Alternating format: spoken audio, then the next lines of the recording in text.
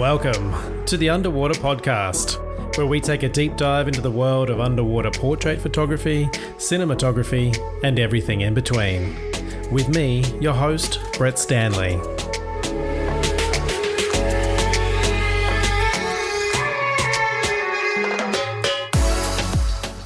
Welcome back, everyone. This week we have part 2 of my interview with underwater director of photography Pete Romano, ASC. We chat about more of the films Pete's worked on, mostly recent ones like Ad Astra, Into the Wild, and Once Upon a Time in Hollywood, which features a scene that involves a flame-throwing Leonardo DiCaprio. Pete also gives us some great tips on how to handle a large camera housing underwater, how the transition from analog film to digital changed the way he works, and the worst situation he's been in, which, from a guy who wrestles sharks, is pretty interesting. Alright, let's jump in.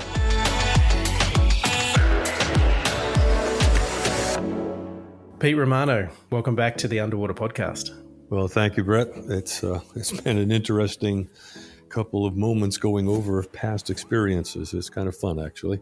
Yeah, it's been really nice just hearing where you came from and then all the crazy stories that lead up to where you are now, which is, you're still working, you're still going strong. Like I'm looking at your IMDb, and even the last year you've got, probably 10 productions that you've worked on. I still love it. I do. It is a lot of fun. It's challenging. It keeps my interest, and I'm always looking at different ways to do things. So it does keep me active mentally and physically in so many ways. Yeah. Do you feel like you're getting older, or do you still feel as young as you were when you first got into it? Well, part of me still feels I'm as young as I was when I started, but ultimately, once you get up and start moving around, you know that things are different. Yeah. You're not doing stunts with sharks or anything anymore. So. But yeah, so the beauty of what we do in the water is once you jump in the water, you're basically weightless. So I'm not putting any strain on my back. I'm getting a workout with my legs and my upper body with the housing. So It's not really my fitness program, but it's the way I work, and it kind of keeps me in tune. But yes, I still love to do it. There's no question about that. The challenge of holding that frame and making that shot still, it makes me rabid. I want to do it. But as I go along here, and even last year, I think I might have mentioned this already, I was really getting beat up on some show last year, and I forget which one it was. It was that momentous. But as I was swimming back to one to start again, I go, I am getting my ass kicked, but this is still a lot of fun. I still enjoy it. Yeah. So that's really been it. And I love to play both parts of my life, which is the shooting aspect of it, but then also the designing and the building of equipment to be used underwater. So it kind of goes hand in hand. What's it like being the one building the housings that you're using every day? I pretty much take all of it for granted now because it's been going on for so long, and I just thought, there's another housing. But there's always been that interest, that desire to make new gear, more gear, to make it easier on our operators, assistants, cameramen. Yeah. And even today, even during all this craziness, and although we're not doing any business, the machine shop is up and cranking out. And we're making quite a number of our 250 millimeter domes. We've designed a new housing for monitor that'll work with all of our housings, the small HD. I think it's the 503, so I'm very excited to get that underwater because it's so bright. We're also working on some different types of lighting. So I try to keep active and up to date on what's going on because you certainly can get left in the dust. I would like to be current with what's being used out there topside and try to adapt it for underwater. And, I listen to a lot of the gaffers, electricians, see what their feeling is like. And I also listen to camera assistants and cameramen. But also being in there myself and actually operating these pieces of equipment, I can see what doesn't work or it doesn't work for me. Yeah. And I can get around it. I can work it to make it easier. So I play on both sides of my brain, the artistic sort of composition for underwater shooting, but then I'm off on the engineering part where one side of my life is so subjective in terms of the shooting, but the designing of equipment and manufacturing of equipment is such a finite moment because you got to measure things down to 1,000th of an inch. So it's kind of funny to play on the degree of accuracy at one point, and then the other point, it's all kind of loosey-goosey, just how you're going to get there, and it's kind of funny. Yeah, that's good. I mean, you're kind of covering both sides of your brain there, right? You got your artistic side and you got your technical side. Do you find that when you're using the housings and the cameras underwater, that while you're shooting something, you're like, oh, this needs to change. Like, I can think of a better way to do this. Yes, I absolutely do. And I also take input from other camera people who are having some issues, and we either talk them around doing it a different way, or I'll make something work for them that's a little bit better. I mean, the housings are just a tool. They're a tool for you to move around and to get the shot. So I really want to make it as easy as possible for people to get in there and not have to worry about the gear and concentrate on their movement and on the frame. Yeah. And so Hydroflex doesn't just do housings, you do lighting solutions as well. Are you building things from scratch, or are you mainly building housings for existing lighting? I am building housings for existing lighting products right now to redesign the wheel and try to make something myself. I really do not have the horsepower or the knowledge to go that far. So in the earlier part, you'd take a Par 64 globe and just put it in a housing. So there was nothing, it was just power and a light bulb. Mm-hmm. And with the HMIs, it was power, igniter, light bulb. So what we're doing today is LED, of course, is running down the road, big time. LED is here. And we have totally embraced the Astera tubes and the Quasar tubes. It seems that the Asteras seem to be a little more popular, and we've been building housings for those tubes as fast as we can. Yeah. The other thing I decided to try, because you do need a DMX-able bright source. And the one that was really striking up an interest for me was the Airy sky panels. Mm-hmm. And I had been even approached by a production months before that. They wanted me to look at building a sky panel housing, and they went for the S90, which was a bit large. The one I decided on was the S30, and it's about 17 wide, 14 tall, and about 6 inches deep. So it's a beautiful light, and we've built boxes for those. I wouldn't call it the problem, but the hurdle. We are now enclosing this light, which weighs 15 pounds out of the water. Now we're throwing it in an aluminum case with a very thick plexiglass front for the light to go through. What I had to do before I actually cut metal and started really thinking about the design, I had to do rough calculations on size, weight, and displacement so I could kind of figure out where we were going to be. And that's where the S60 died an awful death, because it was a larger light, and to build a box, the displacement of that box would have to weigh, well, the box itself, because of its displacement, would have to weigh close to 130 pounds to get in the water. So that's an interesting point, right? Because I think a lot of people, when they're looking at underwater stuff, think you just put it in a box and it just goes under, but you've actually got to make that thing be neutrally, negatively buoyant. You know, I try to work it out slightly negative, and especially on the S30, I have two handles in the back. And if you take the R yoke off of that housing and grab those two handles, that whole fixture is now about half a kilo negative. It's balanced perfectly, because I had to add lead bars all through it. Actually, 8 bars.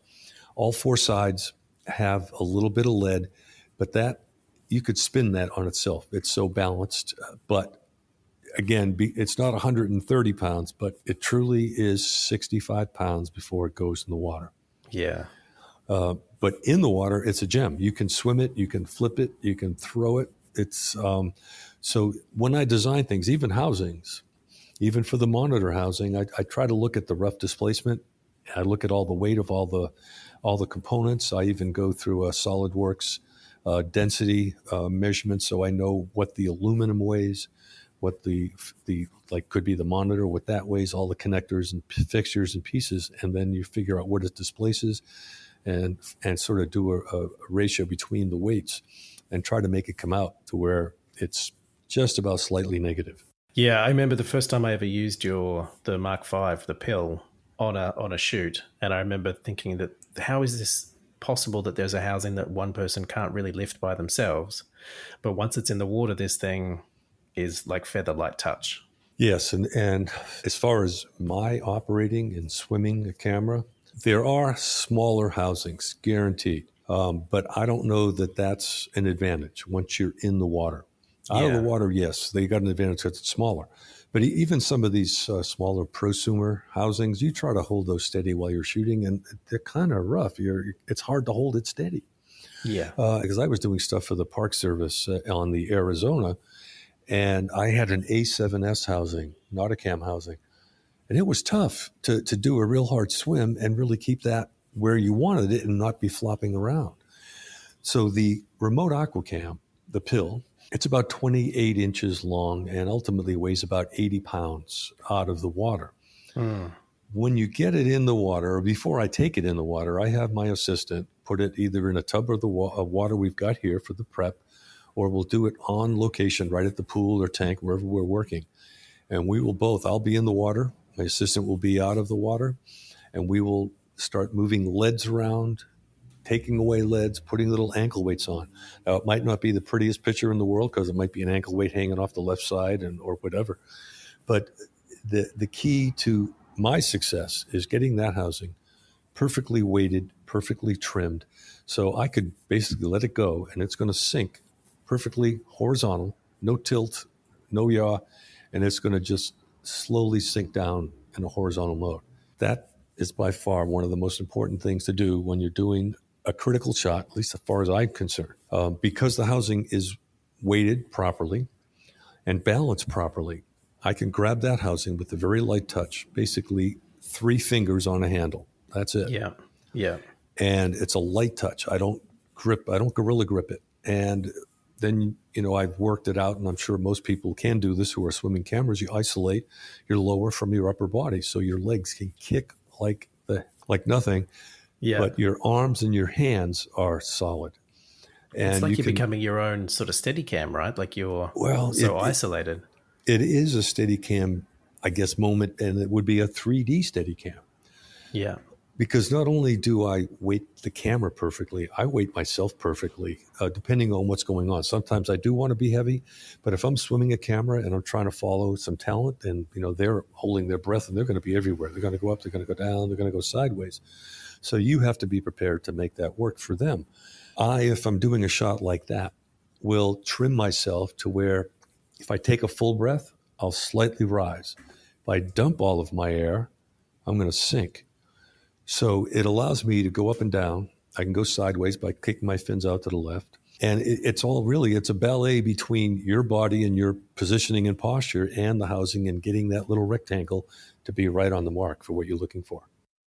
before we spoke, I had posted on Facebook, that I'm speaking to you, and did anyone have any questions that they, particularly wanted me to ask?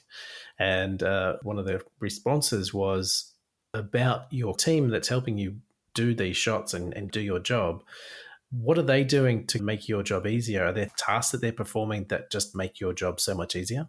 Well, that's an absolute truth. This is a team effort. It goes from above to all the crew in and below. I mean, we're basically relying on them.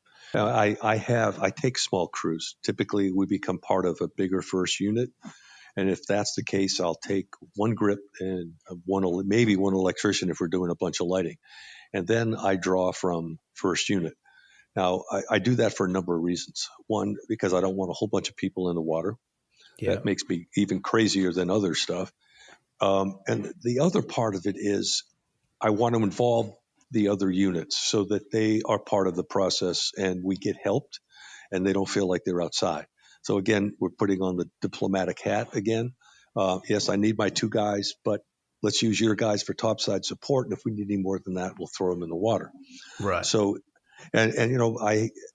my grip, he knows what's going on with me. He knows as soon as we cut, I'm going to throw the camera over my head behind me and not even look, and he's going to grab it. They know how to position the ladders for me. They know how to tend the cable. So having people who have worked with me makes my job so much easier. It's amazing. And we've got a good crew. If I travel out of LA, then I would just take my first AC. I would have to pick up grip and electric on locals, on location, however that works, unless it was something that was really a high degree of complexity that I would need somebody who really knew what was going on.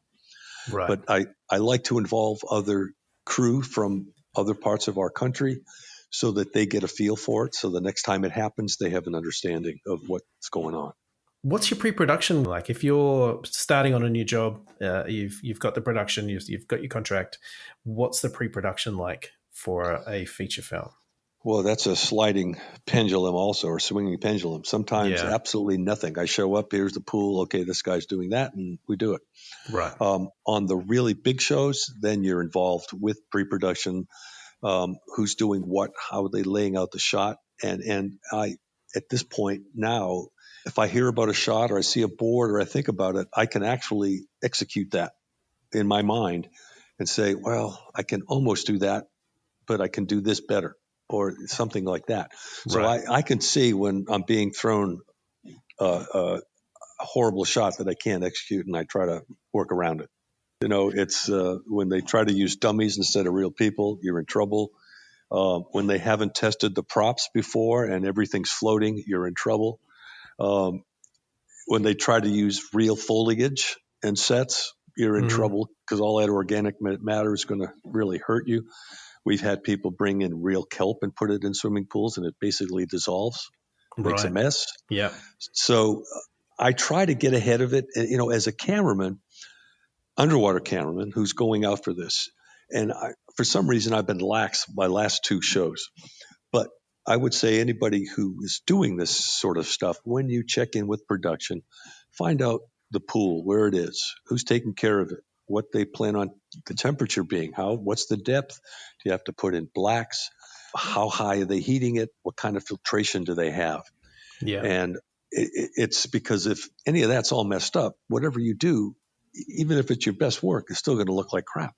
Yeah. So I think getting ahead of the water situation, and everybody, and I mean everybody, underestimates the clarity of water and how to get there. Always religiously for the last, I've been shooting 45 years underwater, never changed. Yeah. And it's just the way it goes. So you have to be a little proactive. Ask about what kind of filtration they've got. Is it sand and gravel? Is it a diatomaceous earth or is it a cartridge? Sand and gravel is great if you're getting big chunks out of the pool or whatever body of water, but it doesn't filter out the fine microns, which you need taken out for you to see through the water clearly. Yeah. So that's very important. Have they vacuumed the bottom of the pool before you start shooting? Can you get somebody in the water with a vacuum hose hooked up to their filtration to do that if they don't? If you can get that done, that helps you so much, because if the bottom of the pool is dirty, and I've been set up on pools that were filthy, if you don't clean them and you start moving around and your talent starts moving around and your crew, all that stuff becomes suspended matter, and it's not going to go away until you filter the whole pool or let it settle again. Yeah. So you try to stack that in your favor. So there's nothing more defeating than to try to do a great shot with a great cast and crew on a big movie and have horrible water to shoot in. The production managers aren't going to want to spend for the filtration, but when they bring in these pool people, and I'm putting that in quotes, whatever they tell you for filtration, I'd say double it and you might get through it. Right. So to go to the other end of the extreme entirely, what is the most murkiest water you've been in? I'm assuming that some films want to be in really crap water. Is there something memorable that you can think of that's yes, kind of beat back? I can absolutely remember. It's called Lake Tenkiller, and it was in Oklahoma. And it was Osage County, Merrill Street, that sort of thing. Oh, yeah. Lake Tenkiller, if you could see a foot and a half, you'd be lucky. Right. I'm not kidding. Now, I had to shoot somebody it was like a canoe going over the camera. Now, it sounds like the easiest shot known to man, but it wasn't that day. And right. I remember we knew we couldn't see, so where the boat ramp was, we had a truck. And then we had these pontoon boats, these aluminum pontoon boats, and we had them anchored. And we ran a line from the shore to the pontoon boat. And the canoe was supposed to follow that line. And I was going to be halfway in and get it. Never saw it. Many takes. Never saw it. You just never saw it come across you? Never saw it come. No, it never worked. And now I can't tell you how many trailers are up there and all the producers and the actors. Oh, my God. And they're there for me. And I can't get the shot. Wow. I tried. Couldn't get it. So then the guy who ran the dive facility said, "Oh, I got a pool at my house. We've winterized it, but maybe we can go look up there." So we all jump in the trucks. This is after like 2 hours of going bust on the lake. Yeah. We get up to his house. He pulls back the tarp, and the pools are literally lime green with mold and moss. Right. And I looked, and I'm not getting in that water. No. It's not going to happen. I said, we can't. Okay, so we go back to the lake. Now I'm just, my wheels are turning. I'm on the spot. I got to make it happen for these people. Yeah. You know, I'm the underwater expert, and I can't get a damn canoe going through my frame. Yeah. I couldn't do it. So here's what I did. This is the silliness of what I did. Right. I took 2 pontoon boats and put them 90 degrees to each other at the tip of the stern. So I had this triangle. So from the stern of one boat and the bow of the other boat, I completed the triangle with a line. Okay? Right. Yeah. Now, from the middle of that triangle, the apex, I dropped a line straight down with, 10 or 15 pounds on it. That was my perch. I could then look up, and with the canoe positioned between the 2 pontoon boats, I could see the pontoon boat. So you lifted yourself up closer to it. Is that what you're saying? I moved up closer to it, and the guy was rowing, and the camera was moving, not the boat. Oh, yeah, right. That's the only way I got that shot. I became a hero, thankfully. Yeah. And I just couldn't figure out how the hell am I going to get this stupid shot, which is the simplest. It's like shooting ducks in a barrel. Yeah. Except when you can't see. And so do you kind of thrive on those kind of scenarios, or are they just annoying to you? I thrive on them, but that was a little too close to failure. Right. Have you come past that? Have you gone to a set or a location and gone, this is not going to work? There's just no way. You know, I'm sure I have. I don't have any in the memory banks that are at the front. I know there have been a couple of crashes and burns. Well, yeah, they try to push everybody into these ponds, and ponds and lakes are great, but once you touch the bottom, it's silt up in your face. So it really, that doesn't save you anything out there, and I'll try to avoid any of that stuff. Yeah. If you're going to shoot in the lake, go into deep water and stay away from the bottom. So it's always silly things like that trip you up, and the people who want the shot have no idea what you're up against. So what have you been doing lately? Are there some projects you've done in the last, sort of 10 years that really have stood out to you, that have been really good to work on? Secret Life of Walter Mitty was pretty exciting. Yeah. And it was surreal. And there really wasn't much underwater to do. And it was mostly on the surface with a little bit of underwater. And they were having heavy seas, and they just were not able to get out to do the shot. And they had to line up a big boat, a helicopter, then the camera boat. And this was in Iceland, was it? This was in Iceland, yes. Yeah. Iceland, and I forget if it was December or not. Oh, God. So the shot was when the Ben Stiller character jumps out of the helicopter to make it he wants to land on the boat, but he misses the boat and lands in the water. Yeah. In the freezing cold water.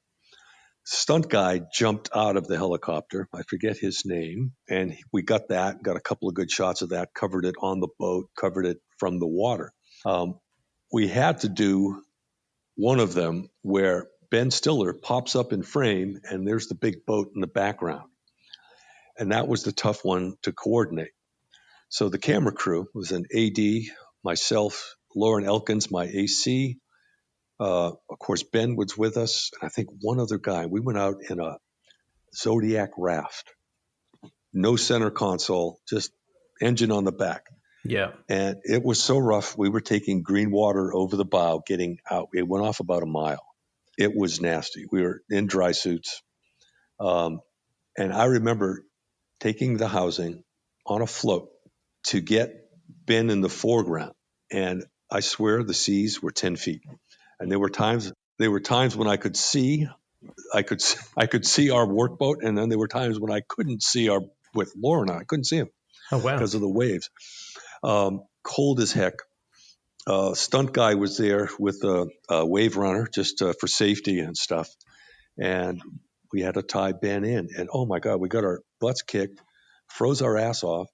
But it was one of the most surreal things I've ever been involved with, just floating in these heavy seas, dry suit, hood, whole thing, and just being out nowhere because there's no land. You can't see anything. Yeah. It was just outrageous. I mean, you seem like a guy who's not rattled very easily, but is that sort of situation, does that start to get a little bit scary, or are you kind of solid? No, I felt, I mean, I had a dry suit on. I could float forever. So I was okay with that. And open water doesn't scare me. I've almost been hurt a couple of times. And that scared me. But for the most part, it's been pretty safe. So on that kind of thought, what is the worst kind of situation you've ever been in? Is there a situation where you're like, that's never happening again? That was too close to the line. Yeah, probably every one of them. Right. I'm not kidding. On Speed 2, we did a lot of shooting in the Caribbean, Saba, St. Vincent. And we just had trouble getting all of our shots, but we finally got them after going to the Bahamas. Come back to LA, I think it's early in the year, and we had to get close up. We had to get a huge, like 5,000 pound anchor being dragged through the sand to show that the ship had dropped its anchor and was still moving. And they brought out a barge and a tugboat. The barge had a crane. It lowered the anchor to the bottom, and it was hooked up to the tugboat, and the tugboat would drag it. And this is a real anchor? This is a real anchor. It's bigger than I am. It's taller than I am. And we're doing it right out of Catalina. Not warm. I'm a warm diver, by the way, just in case anyone needs to know that. Right. And I remember we got a couple of shots, and so now we're lining up again. And I went down by myself. I'm near the anchor, just sort of looking at the angle. And we're in shallow water, unfortunately. And it's rising rather quickly where we are. And here comes the tugboat in reverse. Nobody's with me, and it's coming right at me. This is no kidding. And it's starting to overtake me, and I can't get out of the way. Yeah. I literally, no kidding. Unfortunately, the fellow who was there to witness this has passed, Chip Matheson, but I ended up on the rudder with the screws still trying to suck me in. Good. No kidding. Yeah. And believe it or not, I didn't let go of the housing. Go for that. That's good. I didn't have any presence of mind to hold on, but it was crazy.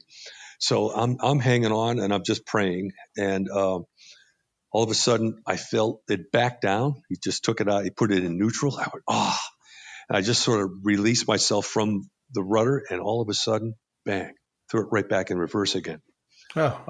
So I pound into the rudder again, still holding on for dear life. Chip came down and saw what was going on. I'm basically attached to the rudder being sucked in, and he went to the surface and they shut it down. But it's insane. Yes, I needed to sit down and really think about life after that. It was amazing. So I could have been the Cuisinart boy at that point, but it just crazy. So it's just, it's not that it's dangerous. It's probably safer than driving around, but things can happen underwater. They can happen anywhere. And that was one of a few that really got me thinking, life is too short for this. So you actually brought up a film that I'd actually kind of left off my list, but Mission Impossible. And I can't remember which one it is, but it's the one where Tom Cruise has to go into the cooling Oh, that's 5. That's Yeah. Mission Impossible 5. Absolutely. How was that? Because I remember watching that and thinking, this is Tom Cruise, because I know he likes to do all his own stunts. How was that working with him? Tom is so directed, so focused. He has to do his own stunts, I think, in order for him to do his performance and how he operates. He's really together. And he is a can-do guy. I've seen him do his stunts, over the years from 3, 4, and 5. I worked on all of those with him, and he did everything himself. He did take free diving lessons from a Canadian fellow whose name eludes me, so I do apologize to him. Yeah. But Tom did it. He was doing all of his breathing exercises. He even took this fellow with him on his Christmas holiday when we shut down the show, and Tom still continued to breath hold and free dive. Right. So he did it. He's a can-do guy. Yeah. And was that because I remember seeing in that film that set, and I think it's like a computer server, and they keep it underwater to kind of keep everything cool. I think that's the correct the storyline. Yes. How was that set? Was that mostly practical, or was there a lot of green screen in that? There was a lot of green screen. The practical portion was only a small segment, probably 15 degrees of that circle, if that. Right. And so that's where we did all of Tom's interaction on that. And other parts we filmed him going around. It all sort of played together with this whole track situation that we were moving around, and the camera was sort of locked onto a trolley that would move around at times. How is it when you're doing a shot like that, to say if you're doing against green screen and you've got, like you say, like 15 degrees of an entire circle that's real and practical, what are you taking into consideration when you're shooting heavy visual effects stuff underwater? Well, certainly you have to be, stay on your green, keep your actor in front of it. And it's just so happened that we were using the Alexa 65 camera, and the newest digital camera. And it was so new at that time. We were the first ones to ever use it in production, and they'd allowed me to throw it in the water. Go figure. Yeah. So visual effects played a big part in this, and that's why they went for the Alexa 65, just for the information, the data that they could, accumulate. And we just had to be mindful of the frame. The lenses were amazing, so we could get close focus. We were sharp. We were using the large 250 millimeter dome. So optically, we were spot on, and it was just a beautiful camera to work with, and we were able to. I forget the name of the visual effects house, a Brit company. It'll come to me later. With that sort of thing on a big production like that, where you're doing the visual effects, are you involved in the setting up and the lighting of that stuff, or is it pretty much done by another crew that specializes in that sort of thing? It becomes a collaboration. Right. I have, my wants, but again, the diplomacy, madness, and it really, you have to work it out with the main unit cameraman. You need his input, you need his support. And, because he does what he does, he has such more experience in shooting above and getting a feel for that it's not that I would defer, but I certainly do listen. Right. So I kind of follow a few people in the industry on Instagram, and I've seen recently, I think it was from one of the stunt people on the Call of the Wild shoot, and I think there's a scene in that where someone falls through the ice, and there was some really cool BTS of you guys shooting that scene. What was that like, working with the stunt people and the water coordinators and being in that sort of set? I'm assuming it was not real ice. No, it was, of course, it was not real ice. It was made by production design, and it was all these vacuum pieces of roughed up clear Plex that they milked out and put on a frame. So it worked out really well. The stunt people that we work with, and it hopefully, and every time I get involved with these, I'm thinking, who's going to be stunt? Because if it's somebody I've worked with, they know the drill. They know how I work. I know they're safe. I know how they operate. It really, really makes it an easy day. and you kind of have fun. You understand the limitations you've got. You work around them. You mess it up. You do it again. So it's a great camaraderie, and I'm always looking for on the crew to see who's going to be there for safety and stunts. And I do have my favorites, and they're ex-lifeguards, water savvy people, good free divers. They've got all the tricks, and they know what's going on underwater. They know how to handle the talent, which is really crucial, and to make that all, I guess, seamless. So it is a close relationship between stunts and camera. It really is. Yeah. And when you're working with the stunts, are you interacting with them before you go under and shoot a scene? Are you doing any sort of coordinating with them, or do you basically just have separate jobs? You go down and do it? Well, we do have to coordinate. We talk about the shot. We talk about how they're entering, or if they're going to take the hook out and take a breath and then do their action. I would let them know what I'm planning on doing and where my crew is going to be. So it becomes a little ballet down there. I have a severe comfort level with a lot of these stunt players who have been working with us over the years, very water savvy. And I will a lot of times recommend these people to production because I know they're gonna knock it out. They're gonna do great. We don't have to worry about them not breathing or blowing the shot or panicking.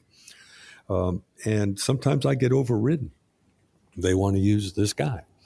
Okay. And so, I have to go along with that, and it's on them, and I'll do whatever I can. And the reason I even bring this up is because of that movie Ad Astra. Yeah. And I had recommended, I think it was Chris Jeffries or Michael Brady to be the person in the spacesuit that jumps in the water.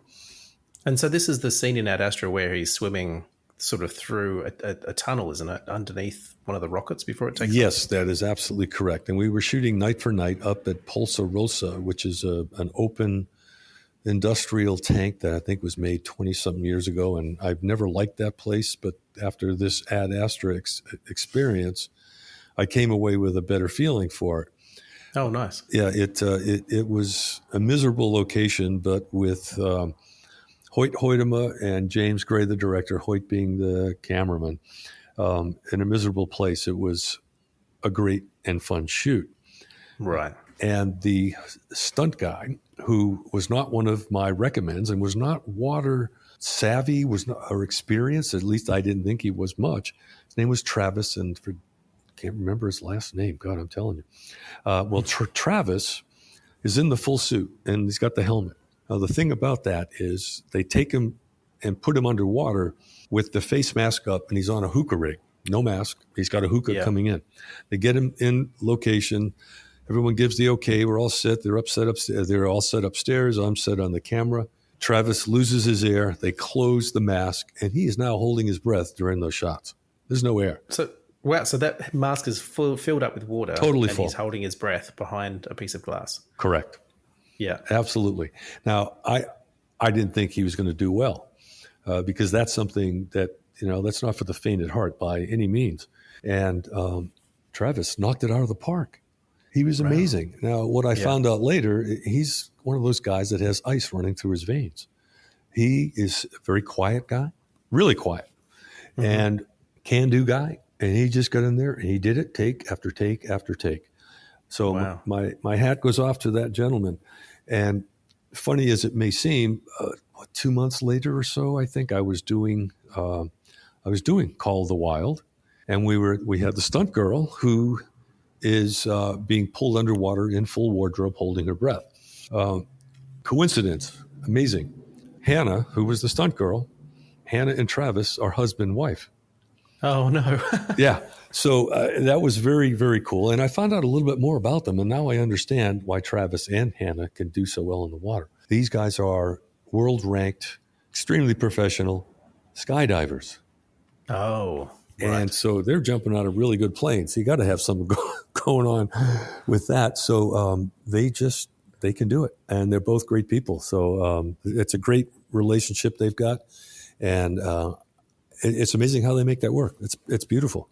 Yeah, and does that mean that then now you've got someone else in your little Rolodex of underwater stunt guys? Oh God, I'd go anywhere with both of them. They're great. Yeah, And I've worked with Hannah a couple of times after, since Call of the Wild, not Travis.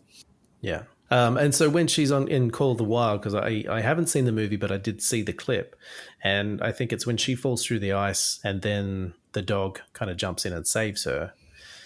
How did you do that? Did you actually have a dog, or did you have a stand-in? Oh boy! Well, it was it was a CGI dog, and I think that's really tough to replicate, at least today. Right. Yeah. So we did most of the stuff with just Hannah being pulled through the frame, and there was one piece where Hannah somehow ends up holding onto the dog's neck and being pulled up, but we couldn't really bring a dog down there, of course. No. So we had one of the stunt people make like they were the dog, and of course then they replaced the whole thing with the dog. But there was, towards our last day in the afternoon, they brought 2 or 3 dogs over to my tank area, and they threw them in the water so we could do reference footage of the dogs swimming.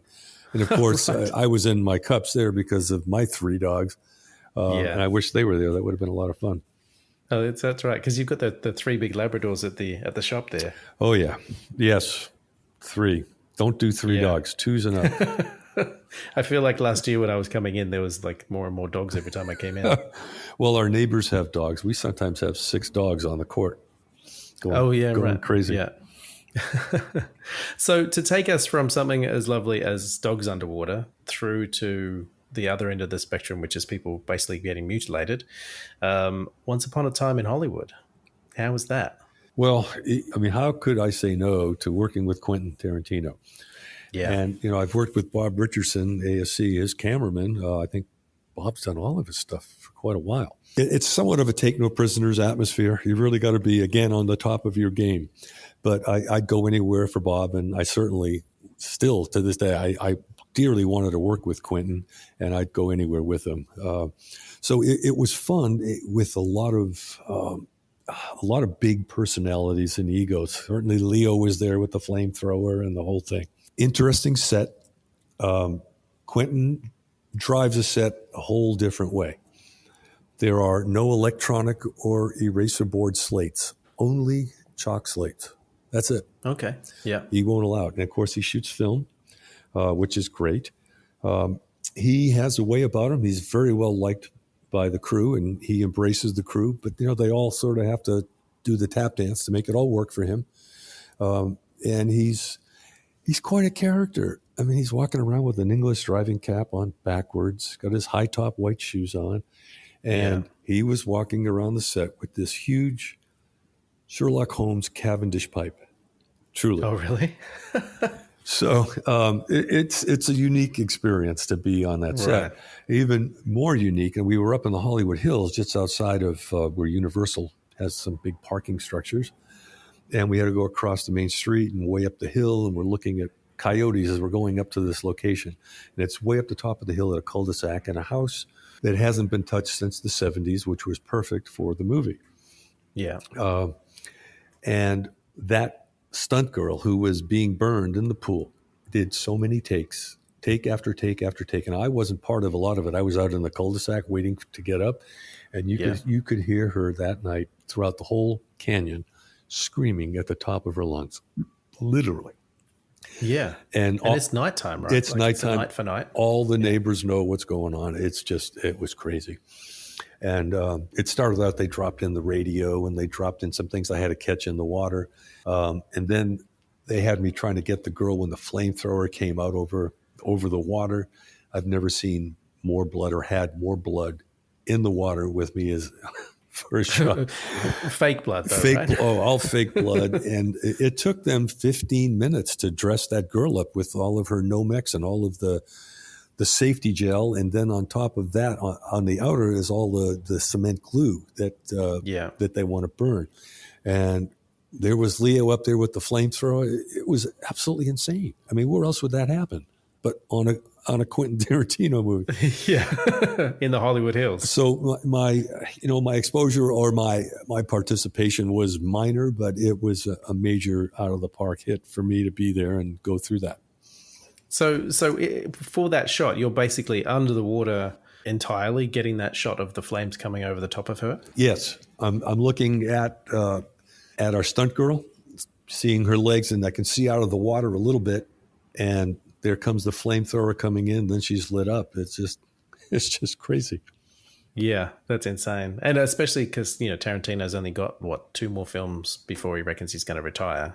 So, famous last words. I think he's got the bug. It'd be hard for him to just sit on his laurels, I would think. Although maybe with all this Corona stuff, maybe it is time to kick back and say, "Hey, I don't need to do this. let me reflect on my life and see what I really want to do." So, yeah, very funny. Totally. Yeah. And so you've got a couple of films that just haven't even come out yet. I think you've got A Quiet Place Part 2 and Sweet Girl. Can you talk about those? Well, The Quiet Place 2 was sort of a last-minute thing, and I'm trying to think. I was in New Jersey going through a vision research high-speed camera course for industrial purposes, which is a whole other deal that I'm dealing with. And I think it was a Wednesday, I got the call from production. "Hey, we'd like you to get up here on Friday. We got some shooting to do."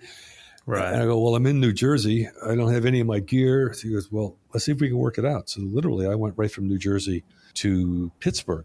And Lauren Elkins, my AC, met me there. My gear met me there. And we had to put together a little piece of a set. And Scott Farrar, who was the second unit DP / director. Scott Farrar is a very old friend. We used to work at ILM together back in the early 80s. And he was running herd. He was doing great. And it was all, I guess, this monster who was choking off this guy who jumped in the water, and then something else attacks him. So it was one of those crash and bashes that you had a lot of shots to do in one night to do it. And it was truly a take no prisoners, where I was hanging on to anything that I could to start the shot and then let go. There was no time to put in scaffolding, ladders, or anything. So it was by the seat of your pants for that. But I think we did quite well, actually. I was lucky on the first shot where the guy was thrown into the water and he landed spread eagle literally right in the middle of my frame, which is not the easiest thing to do because you have nothing for reference, and neither does he. So it started off, the first shot was great, and it continued on. So it was a fun experience. It was a local crew. We had to talk them through the underwater setup. There was no lighting underwater, all lit from above, which typically is my choice. It's much more interactive. It's alive because of the water surface making it move around, the dappling. And a lot of times in underwater, for my aspect of it, if the water's a little dirty and you're lighting from underwater, you're going to see the source. So that's why we didn't use underwater lights there. Yeah. You mentioned before that you were doing some industrial work as well. Is that something you can talk about as well? I can talk a little bit about it. It's basically a defense contract that they're planning on doing some underwater testing and want to record in multiple cameras, high speed, probably 16,000 frames a second. So wow. I'm working out different lighting. Most likely it'll be 4K HMIs, but I'm changing some of the equipment like the ballasts and the igniter. And I'm in the process right now of developing a housing for that vision research camera, which, remember, I mentioned when I was going to do that other A Quiet Place 2, I was in New Jersey literally going through the high-speed camera course. So I'm learning as much as I can. It's a slow-moving thing when it comes to the government, and months and probably a year away. But I've been introduced and met a group of very interesting people back east. And the project sounds, for me, it's made to order. Underwater lights, underwater cameras. And I'm very, very happy, very proud to be part of this and looking forward to it very much. Oh, it sounds amazing. It sounds really interesting. Do you tend to get a lot of this sort of work outside the film industry, or is it outside the entertainment industry? No, I usually walk away from that sort of stuff. But this really got my interest because of the scope of what they're trying to do and the amount of equipment that's going to be happening. So I'm excited. I think it's going to be great. And I look forward to moving this forward and actually looking at the testing, which unfortunately I can't really talk about. It's an interesting use of your skills as well, considering you can do the hardware and you can do the actual filming itself. So it's probably a nice little. It is I mean, it doesn't happen often, but sometimes outside of the industry. What was it in 2005? Through an internet hit, Hydroflex got involved with underwater stadium lighting to illuminate the deep dives when they were using sat divers and going 24/7. They never stopped. Oh, wow. And I made this sort of umbrella of light that was close to 50,000 watts. And you could lower it right over the site. Even at 100 feet, you could see everything down there. And it really worked out. Now, that's totally flatlined. It's beyond life support now. It's dead. And I still have a lot of gear sitting in Louisiana, tons for that matter. But we at one time between '05 and probably 2013, we had so many lighting packages working. It was amazing. And it was embraced. And maybe it'll come back again. But it really, really helped in terms of safety and productivity out there. That's great that you can be involved in that side of things as well, using those techniques and everything. That's great. Well, and it was a whole different industry when you get out into the oil patch and just the different players and personalities and egos. It was quite an education, actually. I have some very, very good friends out of Houston and in Louisiana who I still talk to today, even though I'm doing absolutely nothing in the Gulf right now. I mean, that must be interesting for you because you come from, that Navy background with the Navy diving. Do you think this is that the sat diving could have been a career you ended up in? Well, it could have, but it's something I decided not to do way back when. I did have the option. And right. I really enjoyed what I was doing as part of Combat Camera Group, and I enjoyed doing the assignments I was given and locking out of subs and working with all kinds of crazy things. If I were to have become a sat diver, my primary would have been sat diver instead of photographer. Right. And I would have been doing more top secret, probably dangerous stuff that you could never talk about. And some of my friends did do that. And I think there's still stuff they can't talk about. Right. And at that time, and even today, I don't know if it's been proven, there was some question as to being under such severe pressure and being there for such a long time, it might have an effect on the marrow of your bones. And at that time, all sat divers were X-rayed head to toe. And I don't know if it was every year or there was some span where they were allowed, they had to go back and have those same X-rays taken and compared to see if it was doing anything, because basically it's an experiment. Yeah. And there wasn't enough studying done on sat diving to know that it really had adverse effects.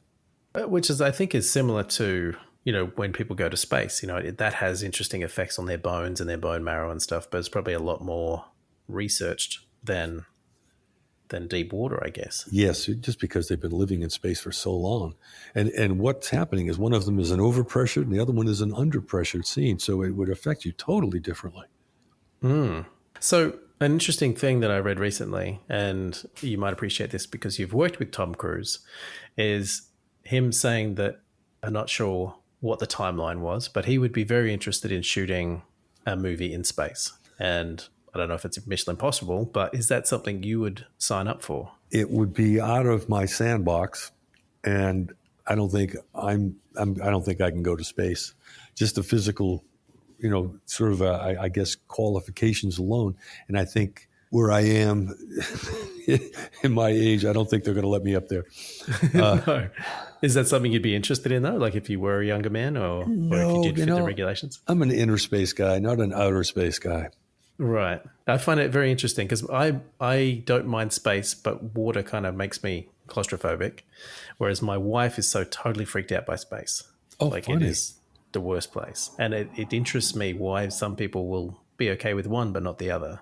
It's the yin yang for you two. Yeah, exactly. Well, in more ways than one. Yeah, kind of sums up our relationship, really. But what is it about space that doesn't do it for you? Is it that limitlessness? It could be. I never really gave it a thought. I never wanted to be an astronaut. I mean, it was great when early on when you see John Glenn and we're landing on the moon and we're doing all this stuff. So that was quite an exciting time. But I've never had an interest to go into space. I mean, I Wow. guess it would be Yeah. interesting, but boy, that's really putting your whole life and everything in somebody else's hands. And one little oops, and it's vapor. So Yeah. Yeah. I feel it, even flying, jumping out of airplanes, all that stuff. I feel much better in the water. I feel much Yeah. more comfortable. I have the confidence of my ability, although you just never know. Sometimes things get out of hand. Yeah. Yes, I don't know that I do well on that. Although it would be great to sort of experiment with weightlessness. I think that'd be kind of fun. Yeah. I mean, that's the thing with the astronauts that they train underwater, right? That gives them Yes, they it's the do. closest they can get to it. The closest they can get, and the NBL lab or tank is probably the cleanest tank, most well maintained tank in the world. I swear. Yeah. And it is. I think it's 200 foot long and maybe 100 foot wide. I'm probably destroying that, but I remember being in one corner and you can see catty corner all the way across that tank, clear. Oh wow. So it's like glass. It's clear. It is. Yeah, it's amazing. Yeah.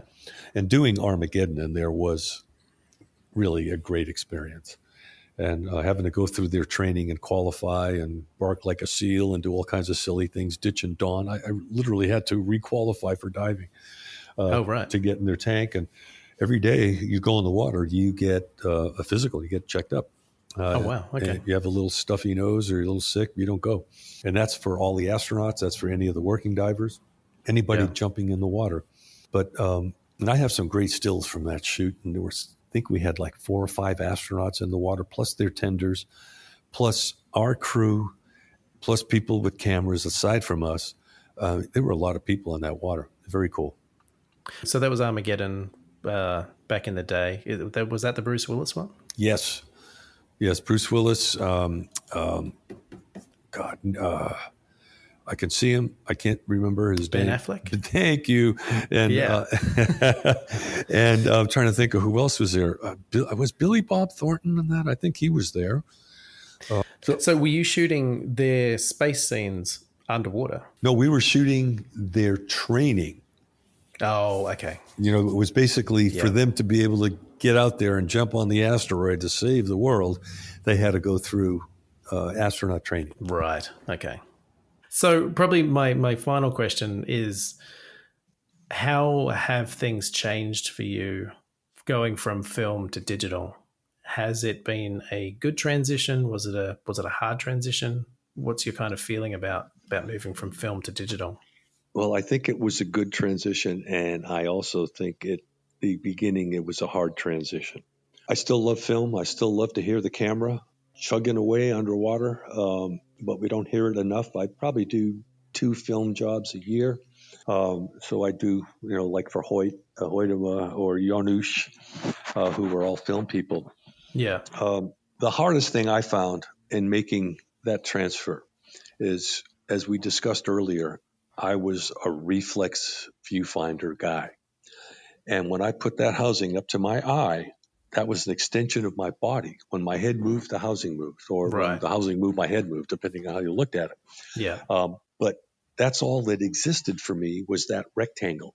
And I was able to keep all of the peripheral information away from my eyes, and I could concentrate on anticipating and keeping my composition and framing.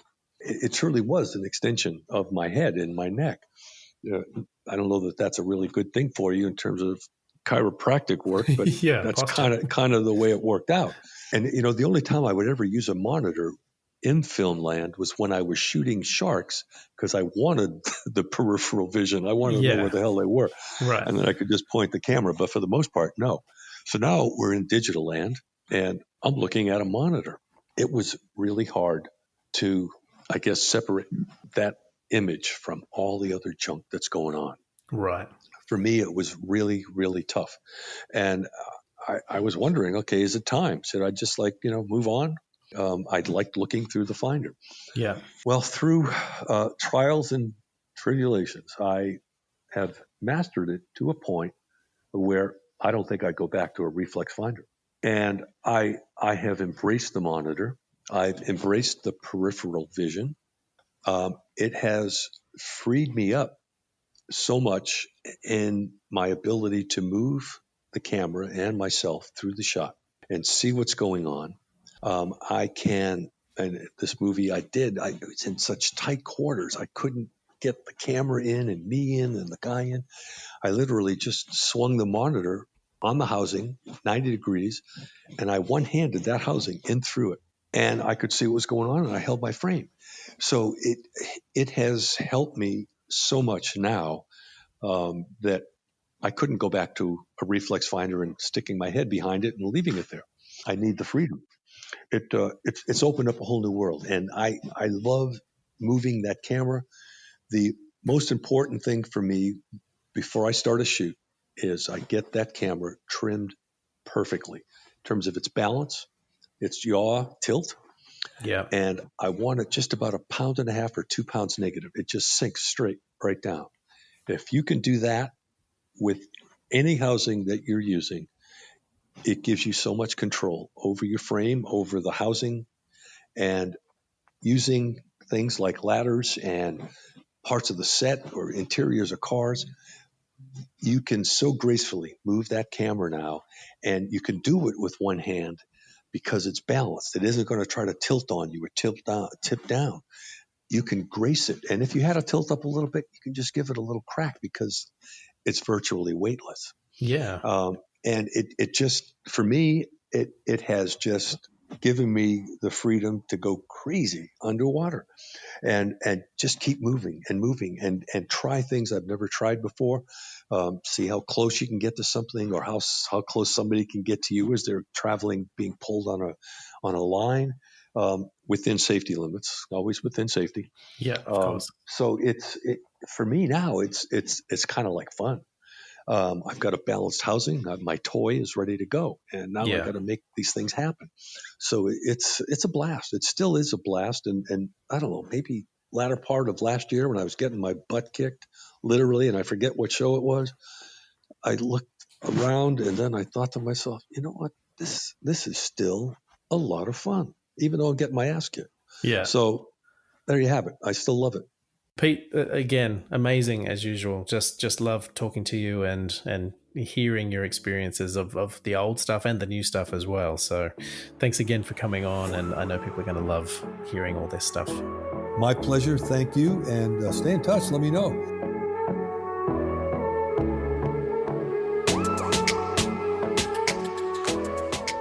Thanks for listening, everyone. And as always, if you like the podcast, please subscribe. If you'd like to connect with us or just learn more about my guests, you can hit our website at theunderwaterpodcast.com or on Instagram or Facebook. Also check out our regular live streams on YouTube. Links will be in the show notes.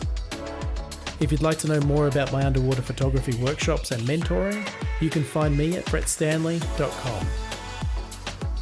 The Underwater Podcast is presented and produced by me, Brett Stanley, and our music is Neo by Oh Boy. Keep creating, everyone. I'll see you in the water.